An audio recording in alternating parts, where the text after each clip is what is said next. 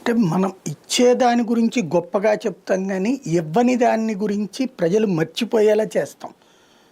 Super six super hit ఎవడూ చేయలేరన్నారు, చేసి చూపించాను, నా తీరది, నా శక్తి అది, నా స్థాయి అది అని 100 సార్లు ఆయన మాట్లాడుతుంటే మీడియా నోరు మీద పట్టలేదు. అటో ఇటో ఉండిపోయినటువంటి పరిస్థితి.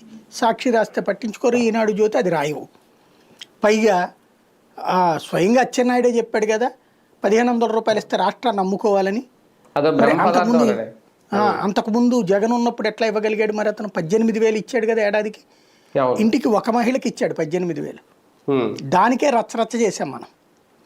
దానికే ఇంకే ఉంది దోచిపెట్టేస్తున్నాడు అన్నాం. కానీ అతను అంతా చేస్తే 4 లక్షల కోట్లకు మించి అప్పు చేయలే. మనం ఇప్పుడు 18 నెలల్లోనే 2.5 లక్షల కోట్లు, 2,90,000 కోట్లు అప్పు చేసి నిన్న వాళ్ళు చెప్పే వివరణ ఎట్లా ఉందంటే 1,19,000 కోట్లు అప్పు చేసింది.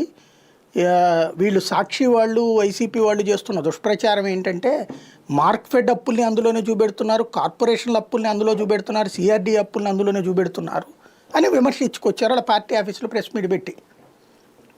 ఇక్కడే అర్థం కానిది ఏంటంటే మరి ఇదివరకు కూడా మీరు అదే లెక్కగా చెప్పింది.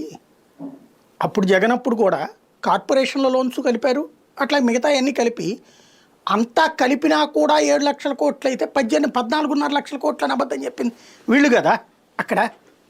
ఇప్పుడు అదే అబద్ధం కాకుండా నిజం అడిగితే కూడా బాధపడిపోతున్నారు.